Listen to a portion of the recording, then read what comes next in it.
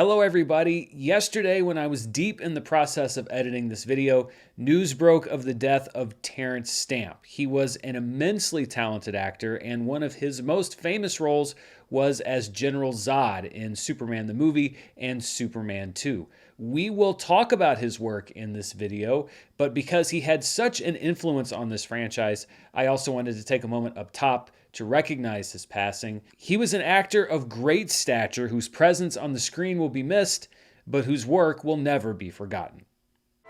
And we will go there too, to rule. Finally, to rule.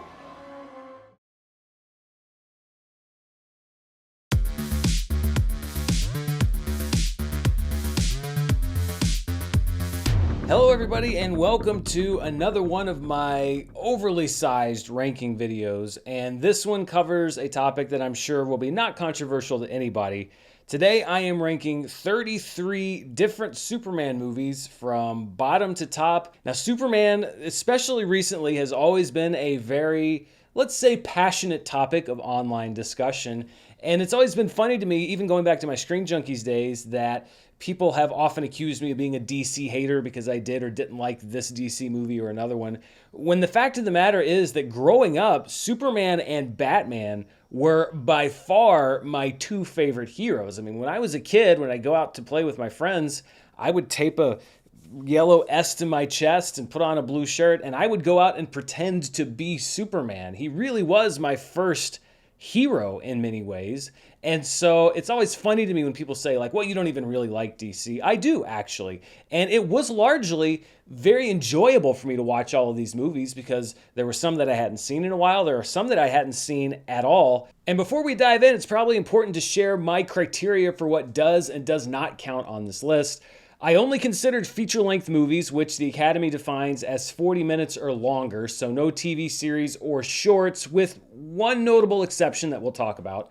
I did not consider the early Superman serials because, quite frankly, they're just too long, and they're basically early versions of TV seasons. Features could be either live action or animated, and they could be theatrically released or direct-to-video/digital. Any movie with Superman or one of his other names in the title automatically qualified for the list. And because Superman has a history of director's cuts that are significantly different than theatrical versions, I've separately ranked 3 of those director's cuts. The only one that I didn't rank separately is the extended version of Superman the movie, because it doesn't substantially alter the film itself. For Justice League and other non-Superman branded movies, I had to make a bit of a subjective decision based on whether Superman was the focus of the story and or the main driver of the plot, so some counted and some didn't. And in addition to ranking the films, I will also be keeping track of 3 recurring bits of iconography: how many times we see Krypton destroyed, how many times Clark Kent opens his shirt to reveal an S, and for the more modern films, how many times you're invited to see Superman as an allegory for Jesus. So without further ado, let's get this list going, and we will kick things off with the last place film at number 33, and it probably comes as no surprise that it's Superman 4: The Quest for Peace. Effective immediately, I'm going to rid our planet of all nuclear weapons. Superman 4 is Christopher Reeves' ill-fated final performance as the Man of Steel.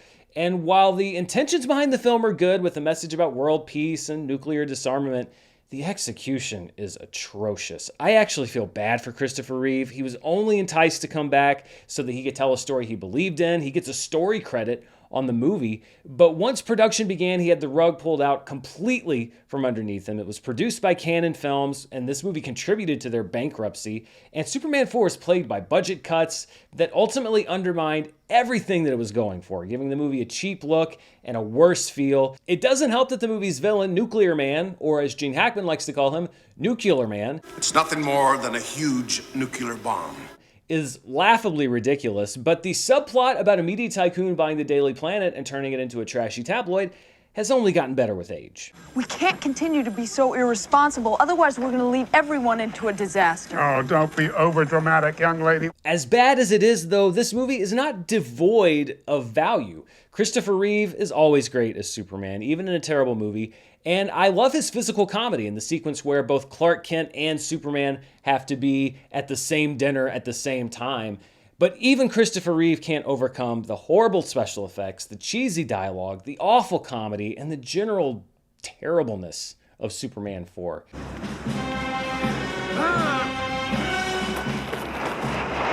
It's a real shame that Christopher Reeve never had a chance to play Superman again, especially now that we're in this modern multiverse era. But I think it's a real testament to just how good he is in the part that even a movie this bad can't tarnish his legacy. Hi, Jeremy. Jimmy? What a scoop! Just staying out of the bottom spot is the first theatrical feature film for both Superman and DC Comics, following a string of serials and animation. It's 1951's Superman and the Mole Men. The movie comes in at just under an hour long, and it was basically a pilot for the Adventures of Superman TV show, which would debut in 1952. George Reeves was, for a generation, the face of Superman, and so it's nice to see him in a movie. I just wish that this one was a little better. Superman and the Mole Men finds Clark Kent and Phyllis Coates' Lois Lane traveling to a small oil town to cover the world's deepest oil well for the Daily Planet. I mean, you know, hey, it was news in the 50s. You got to get it where you can. But when they arrive, they find that it's been shut down and that the drillers have recklessly disturbed the home of a race of subterranean creatures with big old eggheads. One thing I do like about this movie is the fact that the creatures themselves aren't evil. It's men who are the antagonists in the movie, hunting the mole men because they're strange and different, including a sequence where they literally try to burn one alive. Even when the mole men strike back in self-defense, Superman is there to save the day and chide the humans who drove them to such extremes. You saved my life. That's more than you deserve. It's a good premise, but this is a slow movie, largely consisting of the mole men walking around and trying to run from the humans. George Reeves is, for me, by far the highlight of the movie, and I like how he plays a Superman who is unquestionably good, but with a bit of an edge when he believes that humanity is stepping out of line. Obviously, none of you can be trusted with guns, so I'm going to take them away from you. The biggest flaw in his version of the character is Superman's terrible skill when it comes to keeping his own secret identity a secret. Superman brought it to the hospital. Because it's so slow, this movie is a bit of a chore to get through, but I still think it's a must-see for fans of the Man of Steel, only because George Reeves is such a huge part of the legacy of Superman. Now I'm going to give you one last chance to stop acting like Nazi stormtroopers. Next up, we have another Christopher Reeve film, Superman 3, and let's get this out of the way right up top. There is one great thing about Superman 3, and that's the literal battle for Superman's soul as Clark Kent and Superman fight it out in a junkyard. It is a great sequence that would have been even greater if it was, in a good movie. Instead, it's in a largely slapstick movie that took the focus off of Christopher Reeve and put it on Richard Pryor, who was hired basically on a lark after he told Johnny Carson that he wanted to be in a Superman movie. After the Superman 2 debacle, much more on that later, producers Ilya and Alexander Salkin brought director Richard Lester back to make his own Superman movie, this time from day one. What Lester delivered was a much more comedic take on the franchise that paradoxically also includes the darkest material of Reeves' tenure, as Superman is corrupted by synthetic kryptonite and becomes an evil version of himself. It's somewhat scary, even if Superman's darkest instincts really only lead him to do what could be called high-stakes pranks, like straightening out the Leaning Tower of Pisa and blowing out the Olympic torch. Still, the scene of an angry, drunken Superman is legitimately scary, and Reeve does a great job with his performance. What are you looking at? Huh? Excuse me, Superman? The rest of the movie involves Pryor's zany computer programmer Gus Gorman, who helps a wealthy industrialist named Ross Webster manipulate technology and become a world superpower. Webster is a stand-in for Lex Luthor, mainly because Gene Hackman was not interested in returning for another Lester film produced by the Salkins. Superman 3 is packed with slapstick comedy, beginning with the movie's opening credit sequence, and honestly, very little of it really works. What does work can mainly be credited to Richard Pryor, who's a genuine comedy legend. However, this sequel strays far away from Richard Donner and his legendary motto of verisimilitude, a commitment to treating the world in a realistic way. Oh, Clark, that's Buster's dog food. Good. There are some highlights other than the junkyard fight, including some great Superman heroics as he saves Jimmy Olsen from a chemical plant fire and Lana Lang's son from being run over by a wheat thresher. But it all ends with a cheesy video game climax capped off by a truly nightmare-inducing showdown with a supercomputer that turns Webster's sister into the android from hell.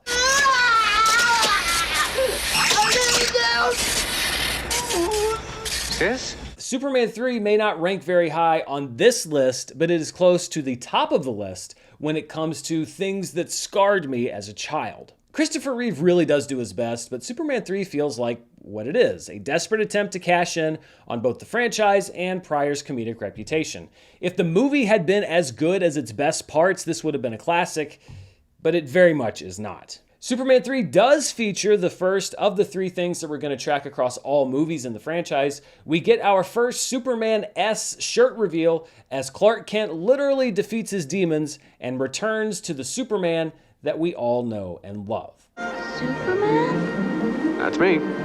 Next up is the first of many animated films on this list, and it's a mouthful: Lego DC Comics Superheroes Justice League vs. Bizarro League. This is one of a few Justice League films that I decided to include on the list, and a big reason why is that this is one of the very few Superman films to include Bizarro, a classic Superman villain who's been used very sparingly in movies. This is both a kids movie and a Lego movie, which means there isn't a whole lot of heavy lifting being done here. Superman leaves Bizarro on a planet all his own, but Bizarro returns to Earth, and the entire Justice League has their own Bizarro versions made. After pursuing the faux Justice League to Bizarro's planet, Superman and the other Justice League members discover that Bizarro really just needed a team of his own to defend his planet from Darkseid, who's harvesting the minerals that Bizarro has populated his world with to fuel his spaceship. This is a cute and often funny movie, but it's also somewhat limited in its appeal. I do like the Superman-Batman dynamic, with Batman not trusting the Kryptonian and plotting ways to kill him if necessary. I keep my friends close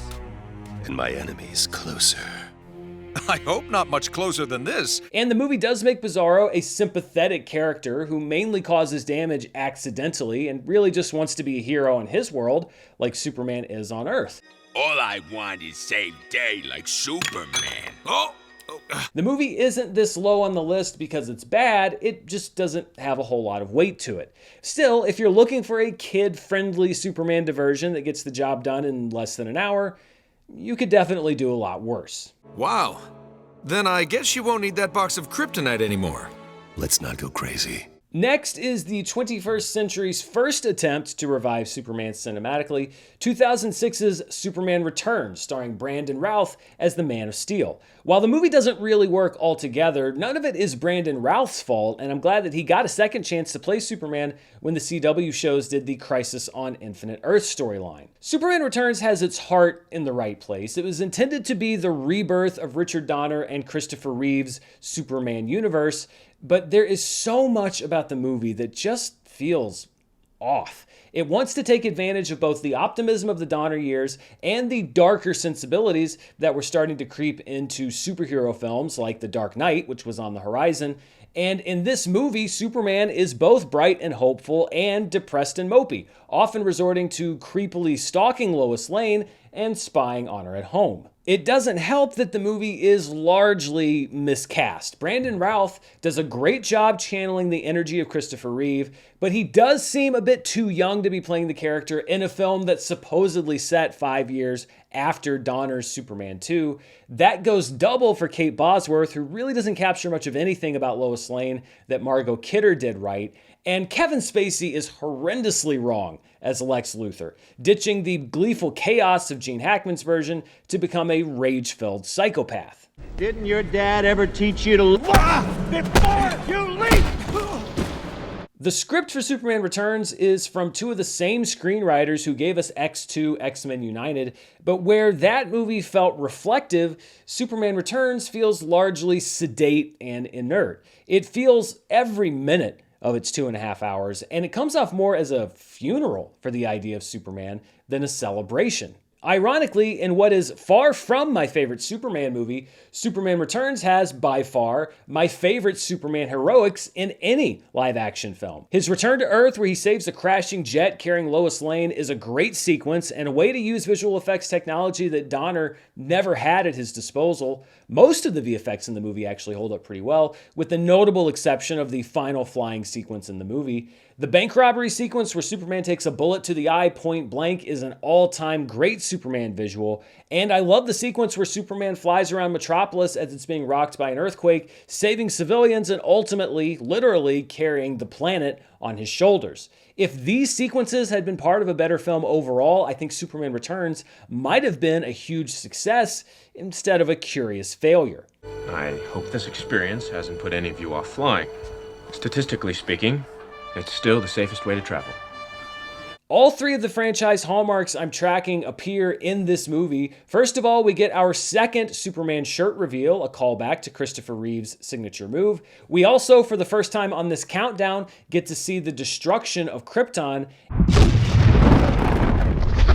And we get not one, but two instances of Superman as Jesus imagery, which is especially ironic given that he was created by two Jewish guys, Jerry Siegel and Joe Shuster.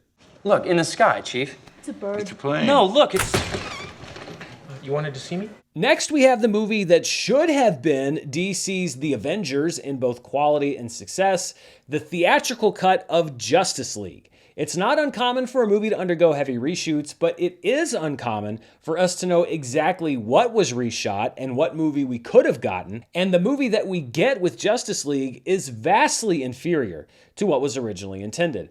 Under the supervision of Joss Whedon, who heavily cut and reshot Zack Snyder's original film, the most remarkable thing about this movie is how completely unremarkable it actually is. Not only is a lot of this movie just completely flat and uninspired, but there are a lot of creative decisions that are just mind-blowingly dumb. Like the choice to have the very first shot of the movie be Henry Cavill with horrendous CGI removing his reshoot mustache. How could you see this finished shot and decide, yeah, you know what? That's the first thing I want people to see in my movie. Because we've now seen the Snyder Cut, Whedon's additions/substitutions are even more glaring, from changing the movie's color palette to bubblegum bright and making the finale Mars red for some reason, to adding classic comedy beats like Flash falls on boobs and Martha Kent accidentally calls Lois horny.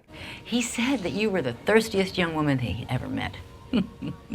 And of course, we get the classic moment where Bruce Wayne, the Batman himself, the world's greatest detective, speculates that the mysterious mother boxes may indeed contain money? I think they must be containers of some kind. Of what?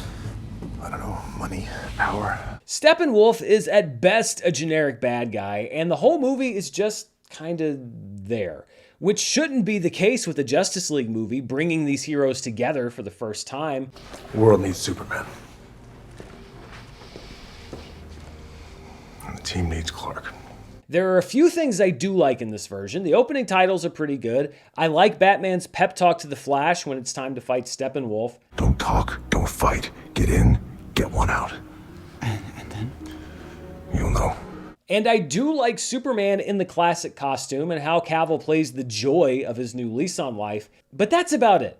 Justice League is far inferior to the other version, which we'll talk about later, and ultimately, and perhaps worst of all, forgettable. Booyah. Ironically, in this version of Superman's resurrection story, we don't get any Jesus imagery, but we do get our third shirt reveal right at the end of the movie. Next is a movie that seems to be more popular among many fans than where I've placed it on the list, and the first movie that I also watched when I ranked Batman films a few years ago, Superman, Batman, Public Enemies. I really like the premise of this movie. The world is in crisis, and Lex Luthor is elected president on an anti-superhero platform. Soon after taking office, he outlaws heroes that don't swear loyalty to him and frames Superman for attempting to murder him, blaming the radiation of an approaching kryptonite meteor for warping his mind. This forces Superman and Batman into an alliance to expose the truth and save Superman's reputation, all while fighting off bounty hunters looking to cash in on the $1 billion price on Superman's head. It's a great setup, but the movie doesn't hit as hard for me because it does what I've noticed happens in a lot of animated DC films. It turns over a huge portion of the runtime to extended scenes of superpowered people fighting each other. Now, I understand the younger audiences have to be a consideration, and you can have a really good movie with lots of fighting in it, but the fights in this movie just seem repetitive, and instead of enhancing the story, they stop it in its tracks.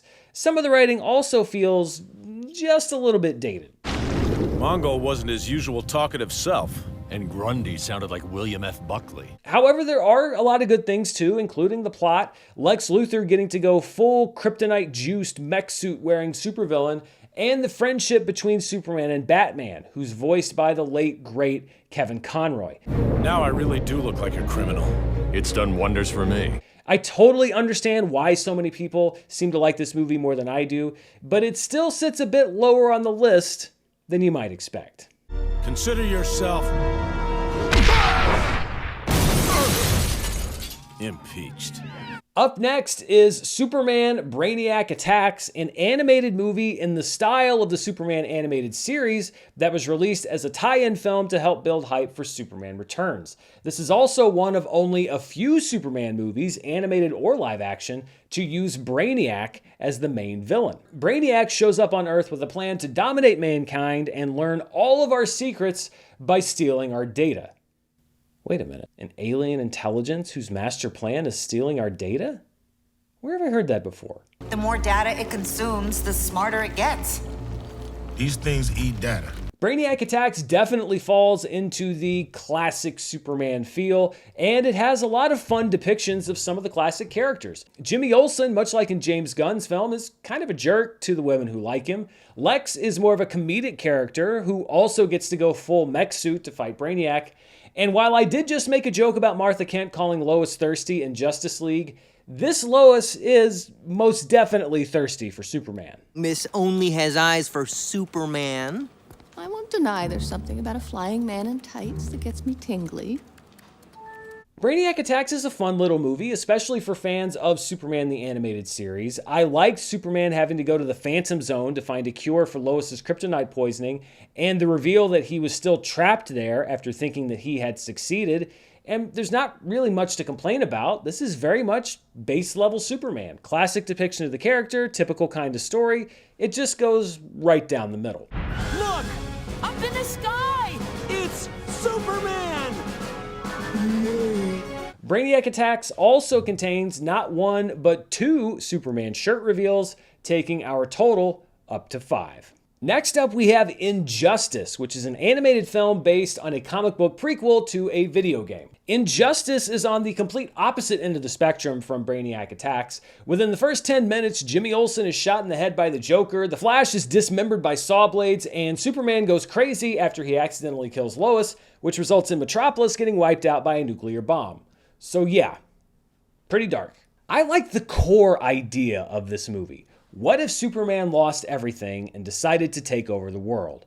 All hostilities will stop, or I will stop them. And it's interesting to see which Justice League members decide to stand with him and who stands against him. But it feels like, because this is part of the DC animated universe, that they felt compelled to still include what you find in a lot of other movies, including some excessive fight scenes and some comic relief that just kind of feels jarring. Can we watch Absolutely Amish now? I'm dying to see if Goody Ann finishes her spice rack before Rumspringa. The plot is also all over the place. I mean, did we really need to have Nightwing get accidentally killed by Robin, then come back as Deadwing? If Injustice had stayed a bit more focused, I think I would have liked it a bit better. It's an interesting idea that's wrapped up in a bunch of other stuff, but I do like the execution of Superman's storyline as he channels his grief into an obsessive need for control, culminating in an epic Superman versus Superman from Another Earth brawl. I deserve death. No. You don't get off that easy. Speaking of movies that struggle with focus and have lots of good things and lots of downsides, and that have elements from the Injustice storyline, let's talk about the theatrical cut of Batman v Superman: Dawn of Justice. This movie has become so familiar, so ingrained in the culture over the last 9 years, that it's hard to explain now how it felt watching this in theaters for the first time.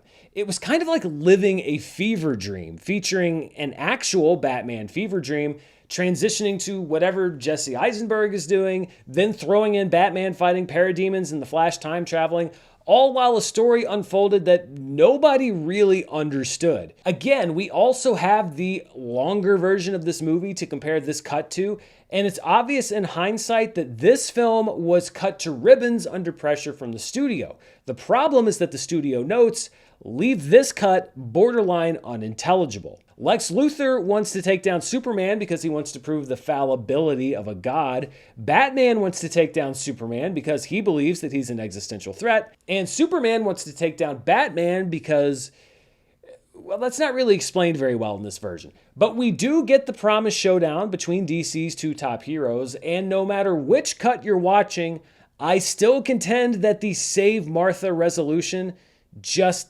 doesn't work. Save Martha!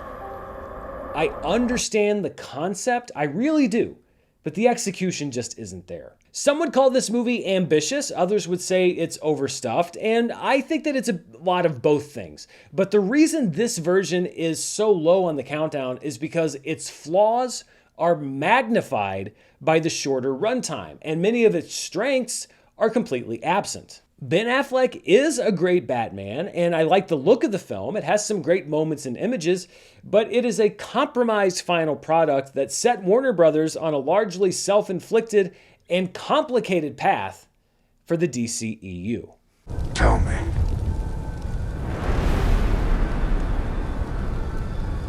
Do you bleed?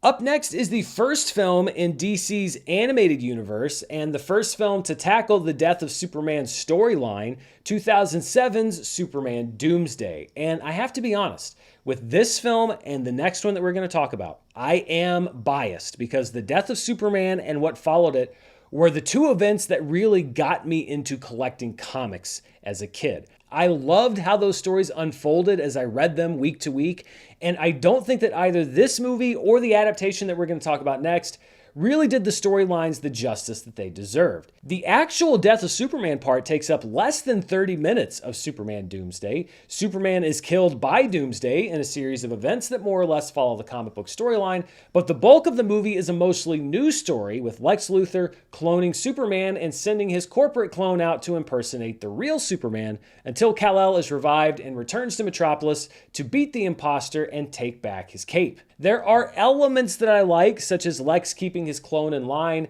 by putting him in a red sun chamber and beating him up, and cloning an army of Supermen under his control is a very Lex Luthor plan. An army of Supermen policing the skies of Metropolis. The world. This is also one of the most science-y versions of Superman, who spends his free time in the Fortress of Solitude trying to cure all of humanity's diseases. Have you cured cancer yet, Kal-El? But given how monumental the Doomsday story is, it feels weird that it's basically just an inciting incident for the real story. It seems like DC agreed because the death of Superman would be adapted again and much better down the line. But I do have to give the movie credit for a truly brilliant Kevin Smith voice cameo as a Metropolis citizen watching Superman fight Toyman's electric spider. Like we really needed him to bust up a mechanical spider, right? Lame. Next is an adaptation of the other major arc from the death of Superman storyline, Reign of the Supermen. It's a sequel not to Superman Doomsday, but to the 2018 movie The Death of Superman. I know, it's kind of confusing. Following Superman's death, 4 new Supermen emerge: Steel, the Eradicator, Superboy, and Cyborg Superman, with many of them claiming to be or vying for the title of the real Superman. Lois tries to figure out who is who, while Superman's actual fate remains a mystery. Reign of the Supermen isn't just a Superman movie, it's part of an ongoing arc within the DC animated movie universe, with each movie feeding into the others. And because of that, the events in Reign of the Supermen were changed to become part of a bigger plan by Darkseid to take over the Earth. That's fine for this story, and people who maybe aren't as familiar with the comic books probably like this movie more than I do, but I think that it makes the story much less effective than the source material. The comic storyline had some massive, game-changing events that were altered because they didn't fit the bigger story of the animated universe, and a lot of this movie becomes the same big fight scene / Darkseid showdown that we've seen many times before. There is stuff that I like. All 4 Supermen are interesting and distinct from each other. Superboy in particular gets a dark story beat where Lex almost euthanizes him with a kryptonite shot, and he makes no secret of his attraction to Lois Lane. How old are you? Excuse me? How old are you? Old enough. Ew. Rainn Wilson brings a great snarky take to voicing Lex Luthor. Lex Luthor, as I live and breathe. Yeah, what's that about? And this is one of 4 movies where Darkseid is voiced by the late, great Tony Todd, who I think really nails the character. Soon Earth will be christened by Darkseid as New Apocalypse. Plus, Lois Lane gets to go full Ellen Ripley as the real Superman, who is, of course, resurrected by the end of the movie, fights with cyborg Superman Hank Henshaw on a space station. Get away from him, you son of a bitch! Like the theatrical cuts of Justice League and Batman v Superman, Reign of the Supermen suffers for me because I've seen the alternative and I know what we're missing out on. I still dream of a day where the Reign of the Supermen arc gets a full and faithful adaptation. This one is good enough, but it could have been much better. Along with the return of Superman, we also get our 6th shirt reveal. I qualify. I have the shot. I say take it. All right, strap in, superfans, because it may get a little bumpy from here on out. These middle ranks were the toughest for me to decide, and where you may see some of your favorites a little lower than you might have expected. And at number 21, I have Man of Steel, which I think contains some amazing Superman stuff, but a lot of stuff that I don't like as well. Colonel Hardy's on his way in and he's got Superman in tow. Superman? The alien, sir. That's what they're calling him. Let's start off with what I do like, though. First of all, Hans Zimmer's score is incredible. If John Williams wasn't the genius that he is, I think that this would easily be the best score in any Superman movie, and it helps make the first flying sequence one of my favorite Superman moments of all time. I also love how they wrote Jor-El in this movie and figured out a way to make him a character that Superman could interact with directly. You can save her, Cal. You can save all of them. Maybe more than any other movie, it really sells the idea that Superman was sent to Earth not just as a survivor, but as someone who could inspire humanity to be something more, a true leader. Russell Crowe, I'm just going to say it, best Jor-El. No disrespect to Brando. Michael Shannon is a good Zod, genuinely menacing, and I didn't think about this until this latest rewatch. The fact that, like all Kryptonians, Zod is genetically programmed to serve a purpose means that his sole objective in life is to protect Krypton. So in attempting to remake Krypton on Earth, he's not just fighting Superman, he's obeying his own genetics, which makes him even more dangerous and incapable of understanding why anyone would stand in his way. If you destroy this ship, you destroy Krypton! I also like how the movie handles Superman's introduction to humanity, especially how Cavill plays the character as benevolent and patient and committed to doing what he needs to do in order to show the world that he is a force for good. You're scared of me because you can't control me. You don't, and you never will. But that doesn't mean I'm your enemy. However, I also have some major problems with the movie. It is very of its time in tone and aesthetic as far as wanting to break apart and reconstruct the Superman mythology. I can tell it is from the early 2010s. I don't like how they handle Jonathan Kent in general. He has a great relationship with Clark. Can I just keep pretending I'm your son? You are my son.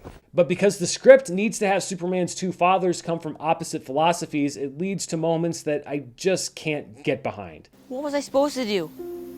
Just let him die? Maybe.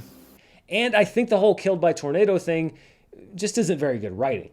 I actually think the script hits a wall about 2/3 of the way through, when Zod brings Superman onto his spaceship and we immediately get a multi-page exposition dump. It's safe to say that the third act of the movie mostly doesn't work for me at all, starting here and continuing on to the protracted final fight in Metropolis. We've already had a big fight in Smallville. We've had the huge action sequence in Metropolis with all the destruction and the noise. The world engine is sent back to the Phantom Zone, and the movie is essentially over, but then we have to have a big Superman-Zod fight after that. It's just too much. And I agree with the criticisms that the fight is way too destructive, as well as not loving the decision to kill Zod in the way that the movie chooses to do. The third act really takes this, for me at least, from top-tier Superman to where it is, which is closer to the middle. I've actually warmed to this movie a fair amount over the years because I'm able to separate the good from the bad a bit more, but I still think that Zack Snyder and David S. Goyer come at the movie from a direction that doesn't fully work for the character. Some of it does, but a lot of it doesn't. Still, there's a lot to admire here, and I think that if Snyder had been allowed to build from this unimpeded, his next two movies would have at least had a better reputation. I don't know if they would have been bigger box office successes, but they would have been more of a creative success. What's the S stand for? It's not an S. On my world, it means hope. Well, here it's an S. We get all kinds of recurring Superman imagery in this one. First of all, for the second time so far, we see Krypton destroyed. And we also get not one, not two, but 3 instances of Superman as Jesus imagery, bringing the total to 5, including a shot with Superman in the foreground and literal Jesus over his shoulder. Very subtle.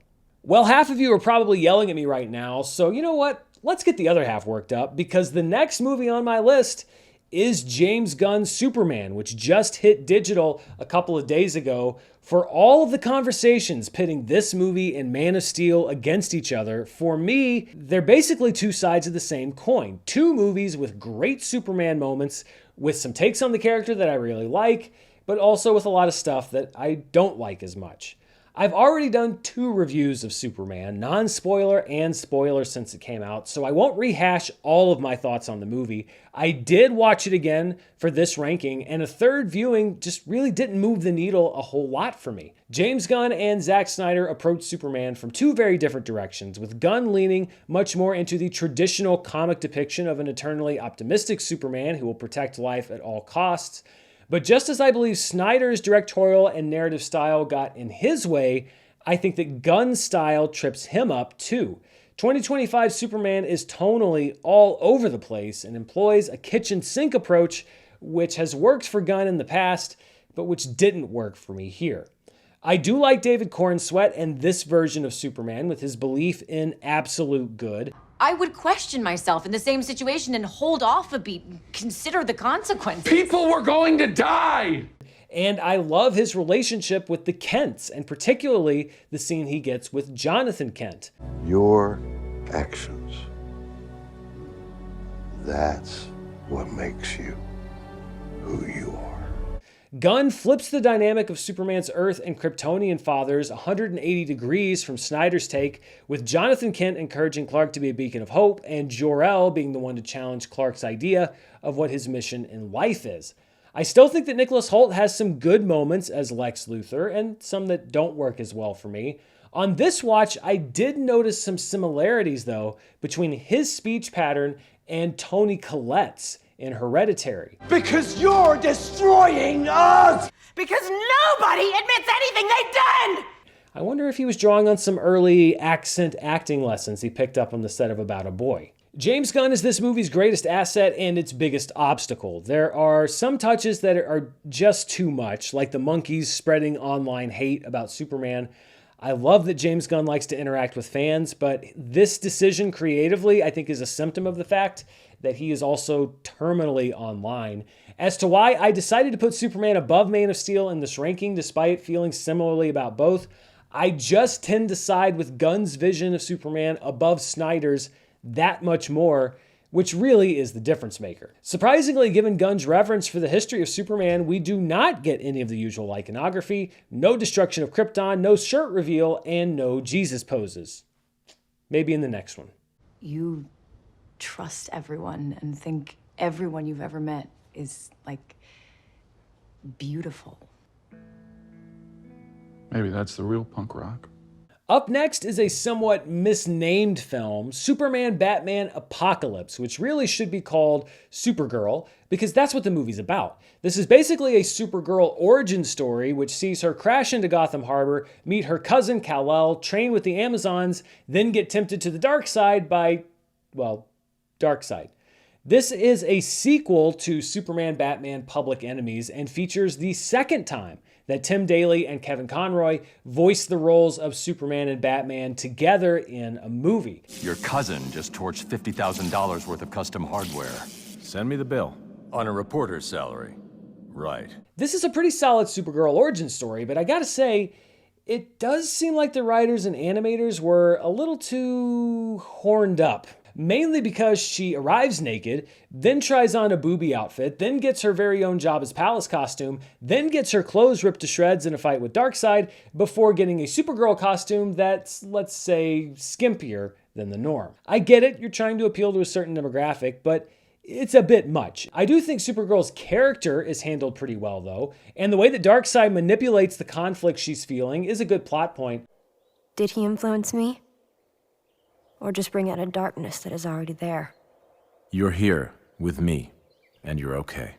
I also liked Batman's solution to escaping from Apocalypse, which is basically to threaten to blow the place up unless Darkseid lets them go. Even DC's most fearsome supervillain has to give him props for that. And there's a neat scene where Darkseid sends an army of Doomsday clones to distract Superman, Batman, and Wonder Woman. The biggest thing holding the movie back is, as with many animated films, an excess of fight scenes, including one that comes from out of nowhere after it seems that the movie's already over. It really just kind of serves as an excuse to put Supergirl over, to use a wrestling term, but it's unnecessary because the movie has already done a pretty good job of that. Still, with very few Superman movies even including the character Supergirl, this is a pretty good entry. Kara Zor-El, or as the world will come to know her, Supergirl. Not much recurring Superman imagery appears in this film, except that for the third time so far, we get to see Krypton get destroyed. Up next is Justice League War, the second film of the New 52 storyline in DC animation, which basically tells the same story as the movie Justice League, but much better than Joss Whedon's version. It is one of the most team-based and least Superman-centric movies on the countdown, but since it covers so much of the same ground as the live-action Justice League, I decided to put it on the list. Justice League War takes place in a world where none of the Justice League members know each other, but they all converge as parademons begin wreaking havoc on Earth, preceding an invasion attempt by, you guessed it, Darkseid. We get Cyborg's origin story as well as a few different versions of what happens almost every time a superhero meets another superhero in a comic book or movie. As Mr. Sunday Movies would put it, they punch for a bit, then they're mates. While Justice League War is heavy on the fighting, the fight scenes we get are actually pretty good, and they don't feel like filler. Superman gets captured and turned evil, Darkseid whoops the Justice League at first, until they figure out that a good strategy might be to try stabbing out his murder eyes, and Batman and Superman eventually become mates and team up to drive Darkseid back. In the end, evil is defeated, and we witness the pending formation of the Justice League. This is a pretty solid movie, and it would be the best version of the Justice League taking on Darkseid had the pandemic not forced a major studio to desperately seek out content for their new streaming service, but more on that later. Unsurprisingly, because this isn't very focused on Superman, we don't get any of the trademark iconography. We are not friends. We're not a team. I don't agree, Hal. I kind of liked being a part of something. Yeah, you would. Listen, this was just a one-time deal. Next is Superman, Man of Tomorrow, a movie that rebooted DC's animated movie universe with a new origin story for Superman. We meet young Clark Kent as he's still grappling with his alien origins, and then follow him to Metropolis as an intern for the Daily Planet, fighting crime without a costume, a la early Spider-Man and Batman. And fair play to Warner Brothers here. At one point, Superman's clothes do get burned off, and he flies around totally naked. So it's not just Supergirl who gets overexposed. Man of Tomorrow brings in a lot of characters that don't appear in many other Superman movies, including Lobo, who shows up to collect a bounty on Superman, one of the last Kryptonians, and Parasite, who's turned into a power-hungry creature during Lobo and Superman's fight at a power plant. I've always liked Parasite as a Superman villain because he feeds off of what Superman has an endless supply of: power. He's also the kind of existential threat that some politicians claim is lurking on every street corner. Fentanyl. I need fentanyl. In this fight, Superman has to weaken himself and give his power away so that Parasite will be susceptible to kryptonite. This forces him into an uneasy alliance with Lex Luthor, who of course betrays Superman. The movie makes these conflicts interesting and also does a great job of dealing with Superman's introduction to humanity. My name is Kal-El of Krypton, and I come in peace. There are a couple drawbacks. I wasn't the biggest fan of the movie's animation style, and I do think that the ending is a bit of an anticlimax, but overall, this is a pretty solid origin story and reintroduction to the Man of Steel. Surprisingly, we get no shirt reveal, but we do get our 6th reoccurrence of Superman as Jesus imagery. You sure you're from Krypton? I'm from Kansas.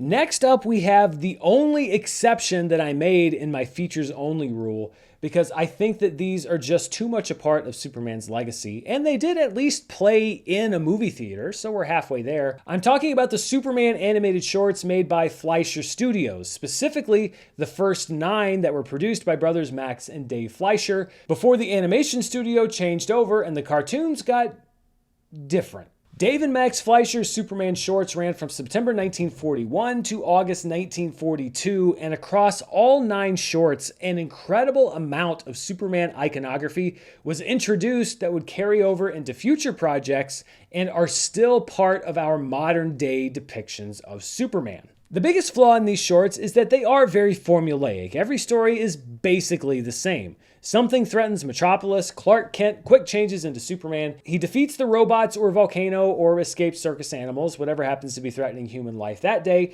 usually while saving Lois Lane. Then there's a cute button where Clark Kent winks at the camera, sharing his secret only with those of us watching in our seats. That was a great scoop. Yes, Chief, thanks to Superman.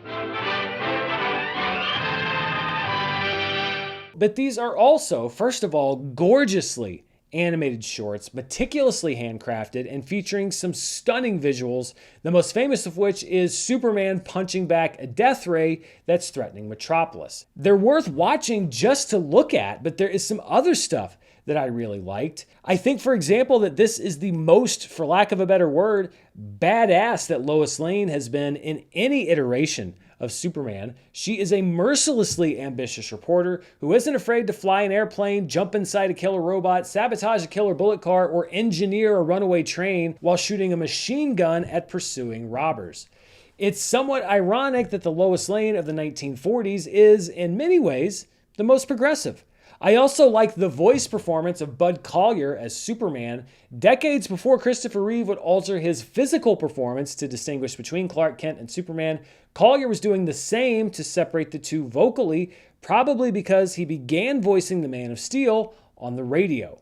This looks like a job for Superman. The Fleischer cartoons aren't complete masterpieces, but they are pretty darn good. And they also include some of the first instances of Superman iconography on screen, including the destruction of Krypton for the 4th time on this list, and for the 7th time so far, a Superman shirt reveal. Oh, Superman, you were wonderful. You're pretty wonderful yourself. Oh, how did you get here? Next, we have another movie that features the Justice League fighting Darkseid, Justice League Dark Apocalypse War, which ended the first arc of the DC animated movie universe and reset the timeline, leading into Superman, Man of Tomorrow, and a new chronology. I included this movie because Superman is a critical part of the story. After fighting Darkseid during his resurrection in Reign of the Supermen, the Man of Steel convinces the Justice League that they have to take the fight to him and defeat Darkseid once and for all. That doesn't go well, and we pick up 2 years later on a devastated Earth patrolled by parademons, where Superman is left powerless due to Darkseid pumping him with liquid kryptonite. When you watch a bunch of these animated movies close together, the constant Darkseid fights do get repetitive, but I liked this one because of the extremes we see, including a Batman who's been brainwashed and is Darkseid's human computer and right-hand man. There is a lot of death and destruction in the movie, and when things get this bad, and when you have a hero like the Flash who's capable of resetting a timeline, you know that these events probably aren't going to stick, but I liked this dystopian version of the world more than what DC did with Injustice because it feels more real, and we get to explore the characters more. The idea of Superman grappling with his guilt over bringing about the death of his friends and the defeat of humanity is pretty good stuff, and it feels like the culmination of an arc, which it really is. I've always been a fan of alternate world / timeline stuff. If you can do it well and make me not mind that you're undoing everything that you just did, well then you can have your cake and eat it too. You are one of the so-called new gods. I am unimpressed. Next is another one of the few Superman films to feature Brainiac, Superman Unbound, which adapts Jeff Johns' Brainiac story from the comics. It also features Supergirl and the miniaturized city of Kandor, which Brainiac plundered from Krypton before its destruction. Superman is often called the last son of Krypton, but I like that we get to meet more survivors when Kal-El is imprisoned by Brainiac and sent to the captive city of Kandor, where he meets his aunt and uncle and gets a glimpse of what his life might have been had Krypton survived. I also really like this depiction of Brainiac, voiced by John Noble, who sees Superman as nothing but an overpowered simpleton who could never stand up to his might. You're meaningless compared to me. I am everything. You are nothing but fists. I've often said that I think the biggest problem with Superman is that he's so powerful that it can be tough to present him with a real challenge, but Brainiac comes off as a true threat and is even able to best Superman a few times. This has a lot of what you'd want from a good Superman story: a real threat, good development for the characters, and a healthy dose of meaningful action and fight scenes. Superman's villains often have to be larger than life in order to match up with him, and this movie achieves that while also feeling character-driven.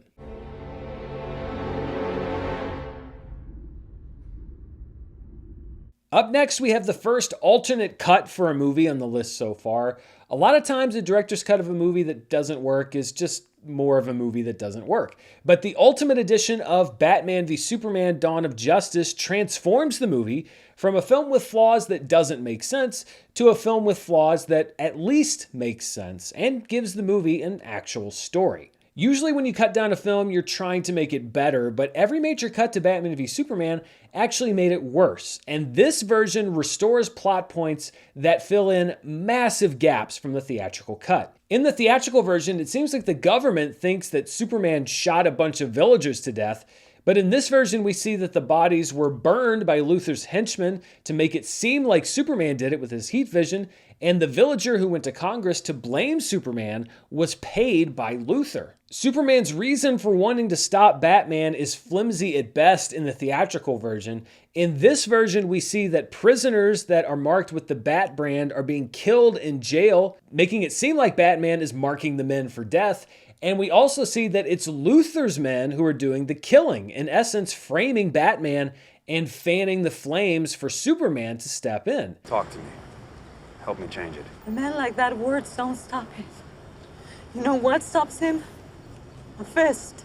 We find out that the man whose wheelchair exploded at the Capitol wasn't in on it at all, that the wheelchair was shielded by lead and that Superman couldn't have stopped the explosion, and we see Superman trying to help people after the explosion. While Jesse Eisenberg as Lex Luthor still doesn't really work, his plan actually does make a lot more sense now. There's also direct setup for Steppenwolf's arrival, and we see that Luthor has been told of Darkseid's pending attack, which makes his behavior at the end of the movie a lot more motivated. All of that plus Ben Affleck's butt. The Ultimate Edition doesn't do anything to fix the bigger flaws of Batman v Superman. The Justice League is still introduced via email attachment, Lex Luthor still feeds a senator a Jolly Rancher, and Save Martha is still the solution to the Batman fight, but it does make it feel like a complete movie. As it is, I'd say the theatrical version of Batman v Superman isn't really worth your time, and that this should be the definitive version of the movie. You couldn't stop it. You couldn't see it. Next, we have an animated adaptation of Grant Morrison's All-Star Superman, also called All-Star Superman. All-Star Superman originated as a 12-issue comic series, and the movie definitely feels like a film just covering a bunch of issues bundled together. I like the individual stories themselves, but the film overall is somewhat episodic. All-Star Superman kicks off when Superman is dosed with a massive amount of solar radiation while foiling one of Lex Luthor's schemes, resulting in his cells beginning to break down. Faced with death for the first time, he tries to do everything he can to set things right before he goes, including revealing his identity to Lois and turning her into a superhero for a day, fighting off Parasite and some rogue Kryptonians, and eventually going toe-to-toe with a superpowered Lex Luthor one last time. Untethered from a continuing mythology, the story here really has license to go further than your average Superman story, and we also get hints at more complexity for some of the side characters such as Jimmy Olsen, who's got his own thing going on. You working undercover on a story? No, why? We also deal a lot with Lois's feelings of betrayal when she finds out about Superman's double identity. If you're telling me the truth now, doesn't that mean you've been lying to me for years? And Superman's struggle to get her to understand who he really is. Maybe I'm teaching you a lesson for impersonating Clark Kent. I'm not impersonating Clark Kent. I am Clark Kent. This is a good collection of Superman stories, which is why the movie is as high up as it is, but it would have been better if there had been more adaptation here into one flowing narrative. Even given that, because of the strength of the storytelling that we do get, All-Star Superman is able to stand out a bit more from the pack. In addition to some good Superman stories, we also get some iconography with our 8th and 9th shirt reveal. I'm going to the chair fulfilled, knowing that I killed Superman. Up next is another animated film, but this one is not officially part of the DC animated universe. It's a 52-minute 2014 release called JLA Adventures Trapped in Time that's a pretty cool time travel story all about making a world where Superman never existed. It was originally released as a DVD exclusive in Target stores, which may give you pause about its quality, but I had a lot of fun with it. The movie kicks off with Lex Luthor being frozen in a glacier during one of his world takeover attempts alongside the Legion of Doom. We then jump ahead to the 31st century where Superman's heroic legacy has shaped the world and inspired generations of heroes, including 2 young ones named Dawnstar and Karate Kid. But when Luthor is freed from his icy prison, he travels back in time to erase Superman from existence, with Dawnstar and Karate Kid traveling back to stop him. What I like about this movie is that we get a glimpse of Luthor's plan succeeding. Bizarro throws Superman's ship back into space, and Superman disappears from history along with the rest of the Justice League. Time travel can be fun when it's used properly, and I like seeing these 2 young future heroes faced with Superman not existing and having to figure out how to put the world right again. They also pretty much nailed our modern society. See how they use those torture devices to flagellate themselves with radioactivity? Barbarians. Trapped in Time is pretty lightweight, but it gets points for creativity and originality among all of the other Superman movies. I also dig the animation style, and there are some really great time travel visuals, including a very creepy moment where Wonder Woman ages while fighting the Time Trapper. There's also a very Planet of the Apes twist at the end, setting up more adventures that were never produced. If you haven't seen this movie because you're worried it might be direct-to-video fluff, give it a shot. I actually don't think that you'll be disappointed. Even though Superman is already well established in the movie, because future historians have documented his past, we get to see Krypton destroyed once again for the 5th time so far. I, Lex Luthor, have eliminated the Justice League. Next up, as we enter the top 10, is an adaptation of the story that heavily influenced Batman v Superman. It's also a bit of an oddity because it is both a Batman movie and just the second part of a two-part story. But I couldn't talk about Superman movies if I didn't include the animated adaptation of Batman: The Dark Knight Returns, specifically Part 2, which features the epic throwdown between an older Batman and the Man of Steel. We don't have to do this. Sure we do. The movie is, of course, based on Frank Miller's landmark miniseries from 1986, which was part of the first wave of deconstructing superheroes back in the 1980s, coated with dark cynicism and openly critical of Ronald Reagan's Morning in America administration. The Dark Knight Returns features a Superman who's become a lapdog for, quote-unquote, the American way, which in this world means absolute power and dominance on the global stage. This Superman has become a parody of himself, something that Batman sees right through and realizes must be stopped. But the story stops short of making Superman an all-out villain, even providing some redemption for him as the saga draws to a close. I love that the animation in this movie pretty much follows the style of the comics, which means that we get the same striking imagery, including Superman's skeletal body after a nuclear blast nearly kills him. We also get that classic showdown with Batman fully armored up to take on Superman, which would be brought over almost directly to Batman v Superman: Dawn of Justice. There is a reason a quote from this story was used at Comic-Con when they announced that there would be a Batman v Superman movie. In all the years to come, in your most private moments, I want you to remember the one man who beat you. The animated Dark Knight Returns is a pretty faithful adaptation of one of the great Batman-Superman stories ever, which means that it's also a pretty good movie. Some of the voice acting could be better, but in a world where other great stories like The Killing Joke have had lackluster animated adaptations, there's really not much to complain about here. Either shut it down, or one of these days, someone with authority is going to tell me to come stop you. When that happens, may the best man win. Okay, prepare yourselves, as I have already prepared myself, because this may stir up some controversy, but I am ranking at number 9, Superman 2. It's really tough to rank movies in this area because when we get to the top 10, they're all good. It just comes down to how high the highs are and what specifically might work and not work about each movie. Superman 2 has some amazing things in it. Christopher Reeve, of course, in what might be his best performance in a Superman movie. We also have Terrence Stamp as General Zod, one of the all-time great Superman villains. Come to me, son of Jor-El! Kneel before Zod! There's a great Superman-Lois love story, a big battle in Metropolis, and Gene Hackman coming in with laser precision as Lex Luthor. I like trees. So does your average Cocker Spaniel. Give me another one. But Superman 2 is also a compromised version of a better movie. The story of Richard Lester taking the movie over from Richard Donner is well-worn territory, but Lester's changes to the movie largely just don't work, especially his love of slapstick comedy. In the middle of a high-stakes fight for Metropolis, we're hit with zany physical comedy that feels like it's from a different movie, because it kinda is. The final showdown in the Fortress of Solitude also contains some bizarre touches, such as Superman turning into a bunch of holograms and then throwing a big cellophane S for reasons, I guess.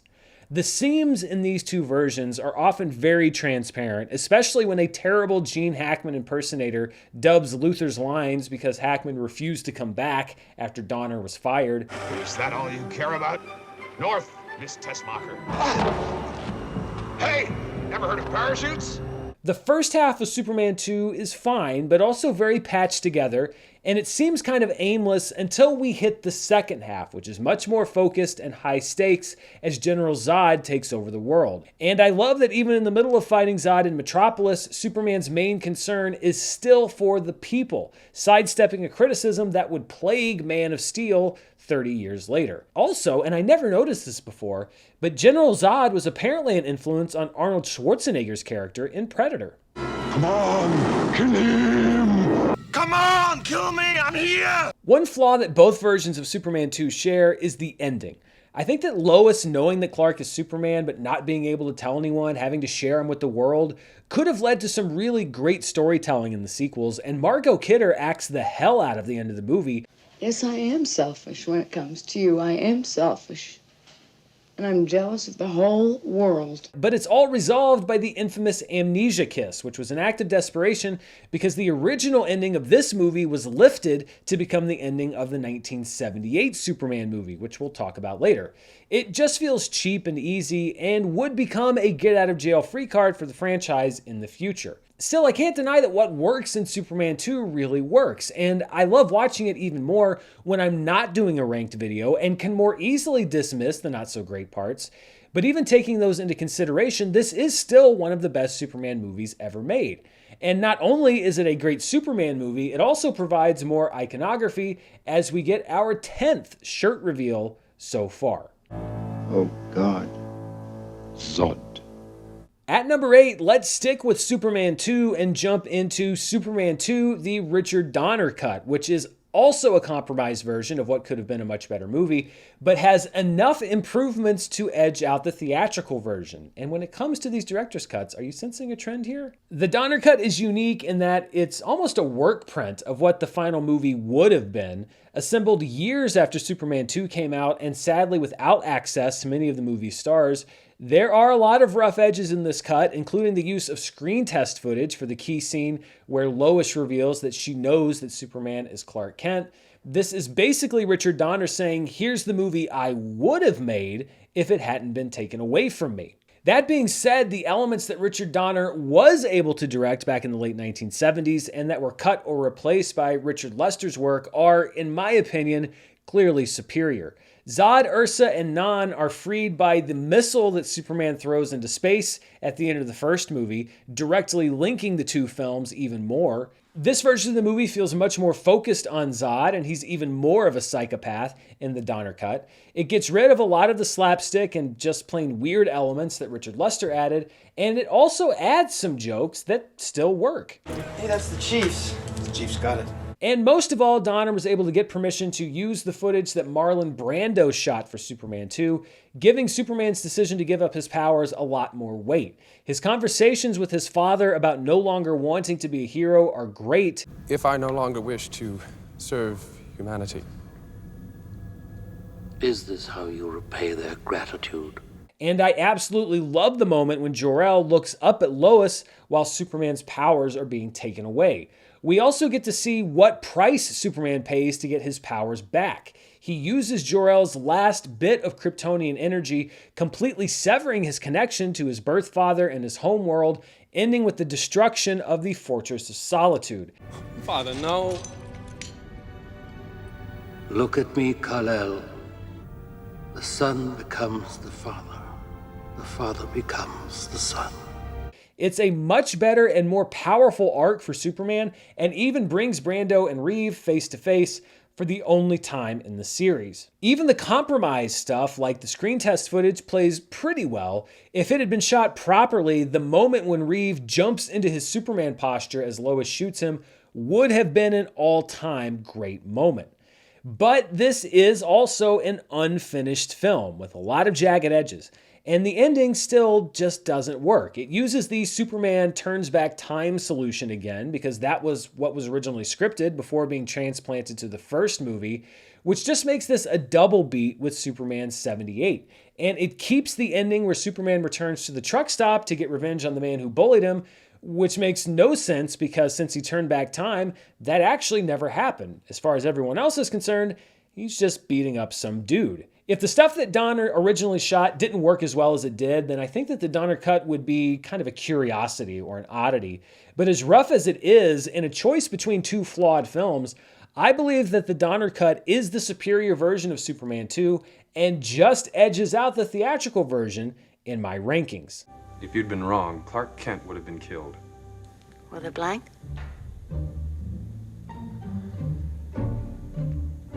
Gotcha. Even though it's in flashback, we do get to see the destruction of Krypton one more time, which brings our total up to 6. Well, we're already talking about director's cuts, so let's talk about the most famous/infamous one in our modern era, Zack Snyder's Justice League. Like the Donner cut, the Snyder cut completely transforms the version that was in theaters, but unlike the Donner cut, it's not just a transformation of the movie we know, it's pretty much a different movie altogether. I was infamously a Snyder Cut skeptic, and one of the earliest videos on this channel when I launched it in 2020 featured me eating a whole bunch of crow when its release was announced. But even more shocking than its release to me was just how much I ended up liking this version. If the Snyder Cut had been chopped down to a more manageable length, this would easily have been a top 5 movie on this list.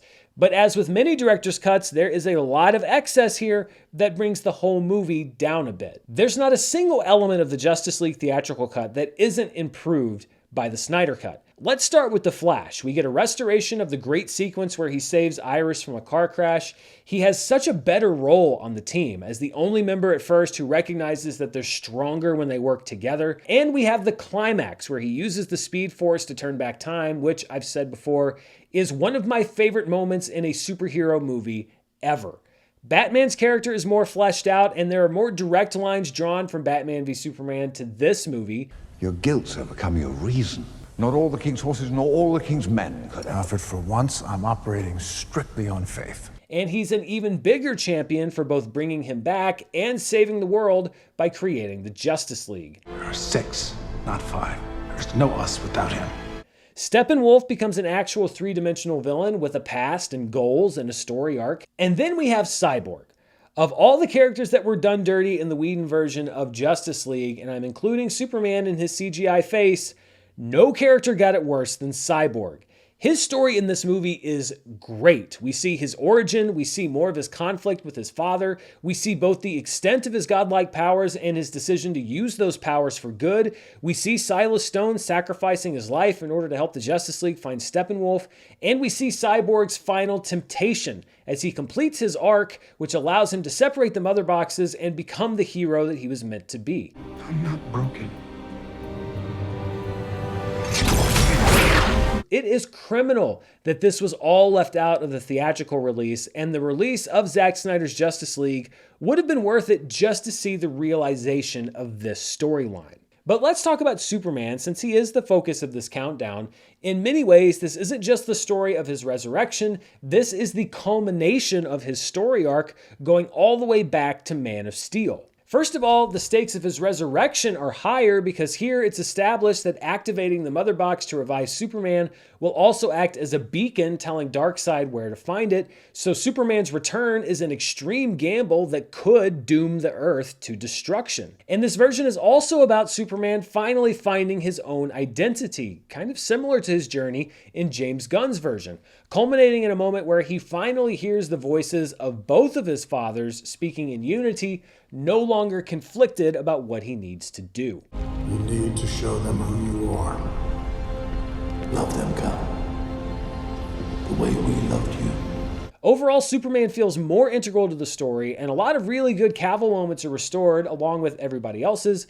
My main Superman complaint is that I'm still not a fan of using the black suit. It's the one thing that I would bring over from the Whedon version, but it's also not shocking in a Zack Snyder film. There is a lot of upside here. However, the Snyder Cut is also diminished by an extreme excess of material that probably shouldn't have been added.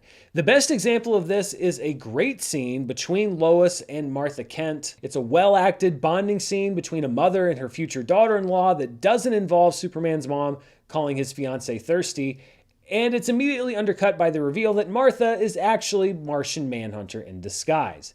The greatest and worst thing about the Snyder Cut is the lack of editorial discretion. There's also a half hour of extra stuff tacked on to the end of the movie that mostly feels unnecessary, some of which was shot after the Snyder Cut was greenlit, so you can tell that Zack Snyder really wanted it in there. The biggest example of this is a return to the nightmare future world and the return of Jared Leto's Joker, which, quite frankly, nobody really asked for. If this movie had been cut down to, 3 hours or so, I think it could have been a 9 out of 10. If the version that we have would have ended before the epilogue, it would have been an 8 out of 10. But I have to judge these movies, especially at this stage, in their totality. And while the highs of the Snyder Cut are very high, I can't ignore the fact that this is still a messy, bloated movie.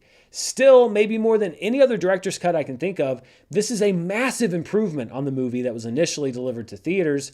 If you know me, you know that I'm not necessarily a Zack Snyder superfan, and I don't like all of his movies, But I have to tip my cap when I see work well done, and the Snyder Cut contains a lot of really, really good work. We have to assume he's won. I don't care how many demons he's fought and how many hells.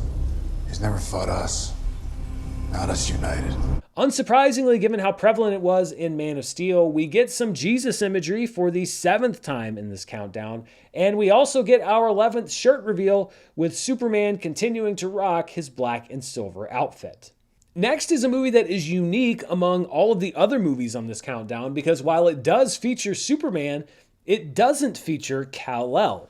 It's Justice League, Gods and Monsters, an alternate universe story where General Zod sent his son to Earth instead of Kal-El, and where Superman was raised by a Mexican family and shaped by a radically different experience growing up in America. I come from a simple people, Ms. Lane. I was raised by a migrant couple. I've seen the harshness of life.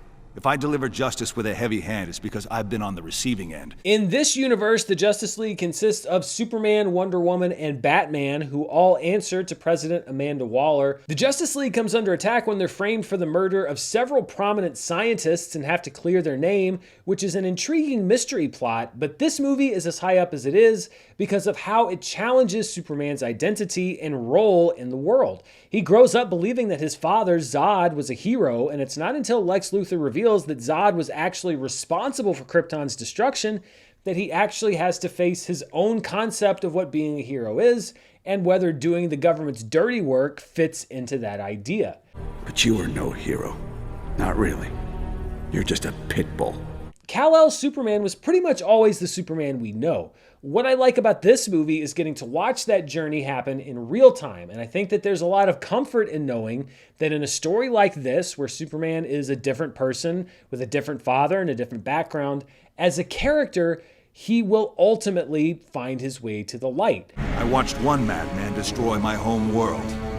I'm not going to let another harm this one. In every universe except for the most absolutely hopeless, the Man of Steel is a force for good. And I can't think of any idea more essential to Superman than that. No more politics. No more killing. Seriously? Something to think about. Because the movie kicks off on Krypton, it shouldn't be a surprise that in addition to a new Superman, we also get to see his home destroyed for the 7th time. Starting off the top 5 is the first movie I watched when diving into this countdown, and it was one I hadn't seen before. It's another alternate universe story, Superman Red Sun, an animated adaptation of the 2003 limited series comic, which takes place in a universe where Superman's ship crashed in the USSR, and he's become a hero of the Soviet Union. Red Sun is a sprawling story taking place across a few decades and does more than just explore the question, what if Superman was Russian? It examines the nature of power, how the systems we're raised in can shape us, and just how inherent Superman's inherent good really is. Superman begins as a tool of Joseph Stalin, but soon takes over the USSR and unites it by force with other nations, while the United States grows weaker until President Lex Luthor takes the fight to Superman. It's a clever redefinition of Superman and Lex Luthor as antagonists by giving both of them radically different motivations. I loved the other different spins on DC characters in this story as well. Batman becomes Superman's enemy because he was raised in a Soviet prison camp and is not a vigilante but an anarchist looking to destabilize Superman's regime. Green Lantern is given his ring by JFK in a desperate attempt to find some American military might that could rival Superman. And Brainiac seems to be a reprogrammed tool for the Soviets until he becomes the only villain that could, at last, unite the US and the Soviets against a common enemy. As I said before, I'm a fan of alternate world stories because they're able to break the rules and limitations that we see in a lot of canonical storytelling. And Superman Red Sun doesn't just present an interesting premise, it explores the themes behind that premise in a meaningful way. They say you can hear a leaf fall 1,000 miles away. And you never heard our cries? You don't have to tell a conventional Superman story to talk about the character of Superman, and Red Sun is a great example of why stories like this can be both refreshing and essential. All I wanted was to put an end to human suffering. In 4th place is a movie that's less serious and more fun than Red Sun. It's a good Superman story, but also a good Batman story to boot, which is a bonus for this Batman fan. It's Batman and Superman Battle of the Super Sons, a standalone animated movie released in 2022. What's that? My dad's insurance policy. The movie begins with Superman and Lois married with a teenage son named John, who thinks his parents are just super boring and doesn't understand why his dad is never around, always off on some business trip for the Daily Planet. Then John's powers start to reveal themselves and he learns the coolest secret that any teenager can learn. His dad is Superman. Right away, I really enjoyed this one because it's a great family story for Superman, which we really don't get in any other movie. To test John's powers, Superman takes him to his old friend Batman, where John becomes instant rivals with Batman's son, Damian Wayne. John, so you have toilet powers. But they're soon forced to become partners when Starro, a creature that hitched a ride into space with Superman from Krypton, takes control of the Justice League and begins turning all of humanity into mindless drones. Battle of the Super Sons makes good use of a lot of characters, and it's interesting and terrifying to see the Justice League completely corrupted. It's also terrifying to see Damian and John deal with every kid's worst nightmare, their parents turning on them and trying to kill them. There's no faster way to come of age than having to put on your dad's kryptonite ring to try to incapacitate the world's most powerful being. This movie really does hit lots of different kinds of beats. There's plenty of comedy. There's also a lot of darkness, including an ending where John and Damian are perfectly resigned to dying in order to save the world. And it has a lot of heart as Superman passes the lessons he's learned on to his son, just as his father did to him from beyond the grave. You put the world, us, above yourself. That's what a hero does. That's what a Superman does. Is this the most dramatic of all the Superman movies? No, but it excels at a bunch of different things: action, humor, drama, family bonding, and the writing and voice acting throughout is pretty solid. At a point in this list where it really comes down to personal preference and intangibles, Battle of the Super Sons ranks high because it does a lot of things right and very few things wrong. We also get some Superman iconography with our 8th look at the destruction of Krypton, and the 12th shirt reveal so far. At number 3 is a movie that may surprise a lot of people who maybe assumed that I would just put this in ink at number 1 before I even started. It's probably the most iconic Superman movie of all time, 1978's Superman the Movie, directed by Richard Donner and starring Christopher Reeve, who I believe to this day is the definitive Man of Steel. If I was ranking best Superman, Christopher Reeve would be number 1 by a mile. But I'm ranking my best Superman movies, and I like all of the ones in the top 10 a lot, even more so in the top 5. The only thing keeping this movie out of the top spot is that while it defines Superman not only for its generation, but for future generations, as a movie, a couple of things do hold it back a bit. The acting is not one of them. Obviously, you have Christopher Reeve, who's fantastic as both Superman and Clark Kent. The moment where he becomes Superman, just through changing his voice and posture, is so perfectly done. Reeve was such a great Superman that people often forget that he was also a really good actor. Who are you? A friend. Margot Kidder is a great brassy Lois Lane who really helped bring the character into what was then the modern era. I'm here to fight for truth and justice in the American way. You're gonna end up fighting every elected official in this country. And Gene Hackman is a wonderful Lex Luthor, mixing dry humor with some genuine psychopathic behavior. Is that how a warped brain like yours gets its kicks? By planning the death of innocent people? No. By causing the death of innocent people. Superman's 2 dads are also well portrayed, with Marlon Brando providing the gravitas needed for Jor-El, and Glenn Ford, in his brief time, providing the humanity that shapes Clark Kent into the man behind Superman. And there's one thing I do know, son, and that is you are here for a reason. And Superman's introduction to the world is unforgettable, with his now iconic rescue of Lois Lane from a falling helicopter. I've got you. You've got me! Who's got you? But I also can't deny that Superman 78 moves at a very leisurely pace. I don't mind a slower paced film, but Superman doesn't really get going until about an hour in, and there's definitely some air that could come out of the movie overall, particularly the odd spoken word poetry from Lois Lane as she flies around with Superman. Can you read my mind?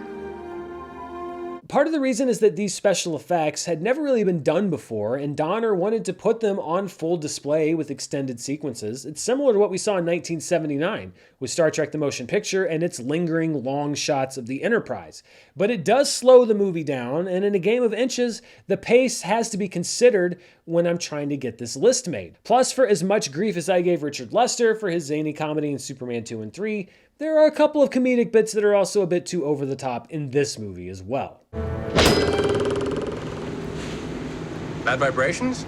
And then there's the ending, where Superman either turns back time or travels backwards through time, depending on who you ask. In a vacuum, it sort of works, but it feels a bit out of place given the realism that Richard Donner brought to the rest of the film, although Superman's anguished response to Lois's death is undeniably haunting. But I think it's still kind of a cop-out, and knowing that these Superman movies would return to the well and undo major events again and again, the ending sits a little bit less well with me. Ultimately, these are pretty petty complaints, I'll be the first one to admit, against the brilliance of so many of the movie's other elements. I mean, I haven't even mentioned John Williams' score, which will be forever attached to Superman. This movie wins on iconography and influence, and it is the definitive Superman movie, but when it comes to looking at all of the elements together and making my final ranking, it was just edged out by a couple of others. I ask you now to pronounce judgment.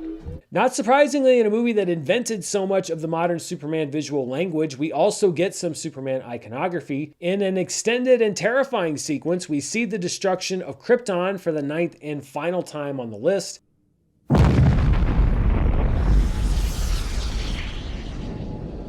And we get probably the most iconic shirt reveal ever, as Christopher Reeve flies into action for the first time, our 13th shirt reveal of the countdown.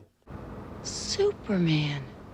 At number 2 is a movie that's probably this high up because of when I grew up and how I got into comics, which was largely through this storyline. When we talked about Superman Doomsday and Reign of the Supermen, I said I didn't think that either movie did the comics justice. Well, DC Animation's second crack at killing Superman, 2018's aptly titled The Death of Superman, actually does do the comic justice. I don't know what hole you crawled out of, or where you came from, but I'm sending you back. For an 80-minute long movie, The Death of Superman covers a lot of ground. We get some good Superman Lex stuff. You know something I don't know? Only that the city's never going to love you, just for hating me. Lois and Clark having relationship troubles because she doesn't know that he's Superman, then her very believable reaction to Clark telling her that he is Superman. I'm Superman.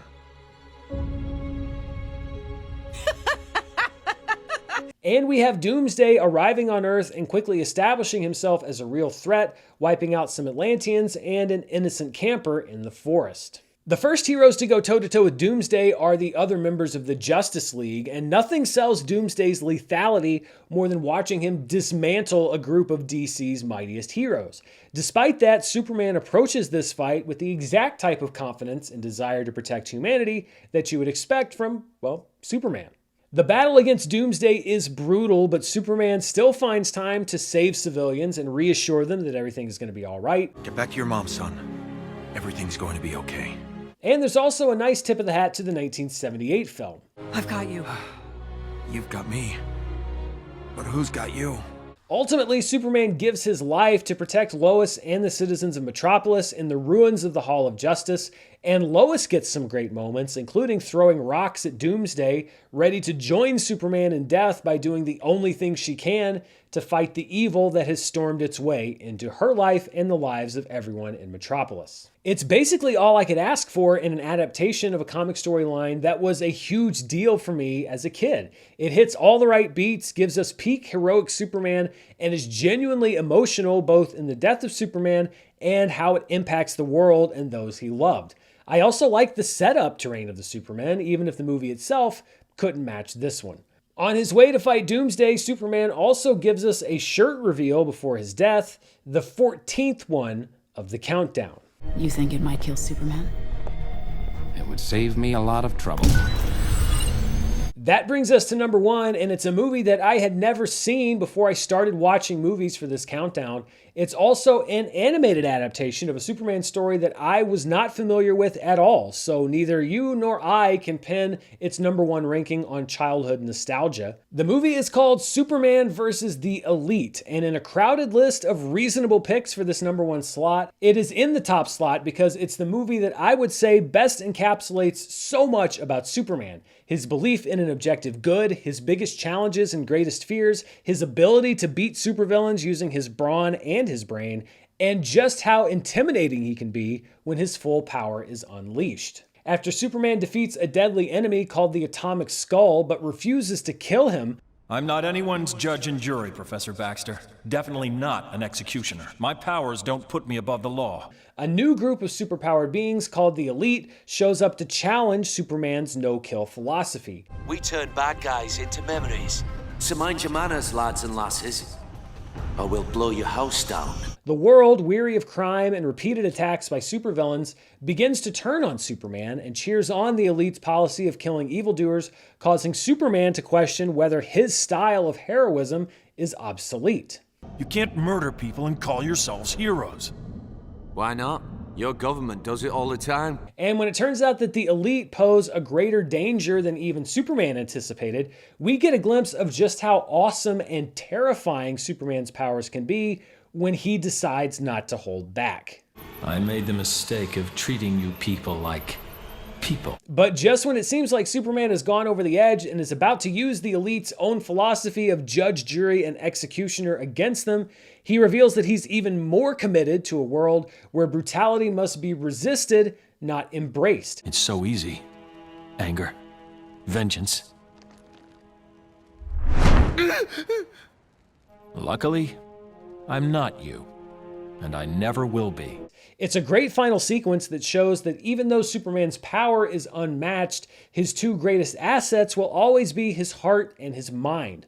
It's a way to show us a version of Dark Superman without having to undo everything that happens or compromise who he is as a character. Superman vs. the Elite touches on a lot of elements that we've seen in other Superman movies. The public turning on Superman, questions about what the limits on his power should be, balancing the sanctity of life versus the public good. But I don't think that any other movie blends these elements as effectively as this one. They saw the ugliness of violence as a solution, and it frightened them. It frightened me too when I decided to cross that line and do what you do. It's a perfect portrait of how I see the character, both his strengths and his weaknesses. There are better portrayals of Superman. There are animated movies that look better than this one. But in its totality, I think that Superman vs. the Elite paints the most complete picture of the Man of Steel while also providing a compelling story and real stakes. And for those reasons, it sits at number 1. Fun to kill. People have to know that there's another way. Before the countdown clocks out, we have one last brief shirt reveal, bringing the total up to 15. And there we have it. 7 Jesus allegories, 8 destroyed Kryptons, 15 shirt reveals, and 33 Superman movies ranked in an order that I'm sure is different from yours. But that's the great thing about comic books and movies and shows and everything that we love. Everybody can watch or read the same thing and come away with completely different opinions. What do you think? What does your ranking look like? Do you completely disagree with how I structured this list? Let me know down in the comments below. And as always, thank you for watching me here on the channel. If you're not a subscriber, please be sure to hit the subscribe button and the bell so you're notified when I upload a new video. And most of all, thank you for watching this video. Be sure to stay tuned for more movie news, reviews, box office, and more. Until next time, stay safe, and I'll see you then. Bye.